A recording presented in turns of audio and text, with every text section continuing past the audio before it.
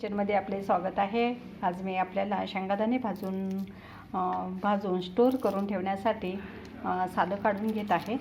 आणि मी हे आता मुलांच्या शाळा सुरू झालेल्या आहेत आणि आपण समजा बाहेर इकडे तिकडे कुठे गेलो असतो तर पुरुष माणूस घरामध्ये आल्यानंतर त्याला भूक लागते, मग डबे चापसायला लागतात।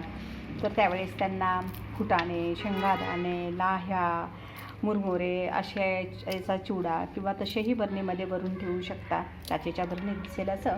आणि ते खायला मुलांना शाळेतून आल्यावर सोपं पडतं। मधल्या वेळेत खायला अभ्यास करून इकडे तिकडे घरभर फिरतात ना मुले, त्यावेळेला त्यांना हे खायला बरं पडतं आणि खावे असं। इतर म्हणजे चॉकलेट, कुठे चिप्स वगैरे हे रेडीमेड काहीतरी घेऊन येतात ना, कुरकुरे मुरमुरे, त्यापेक्षा हे असं हेल्दी खाल्लेलं खूप चांगलं असतं। यासाठी मी आज हे शेंगादाणे भाजून ठेवत आहे, भाजून घेतलेत आणि साल काढून बरणीत भरून ठेवत आहे। असे हे मुलांसाठी, घरातील पुरुषांसाठी किंवा आपल्यासाठी सुद्धा हे मधलं खाणं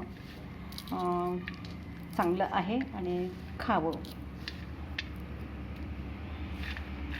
तुम्हाला आजचा माझा व्हिडिओ कसा वाटला?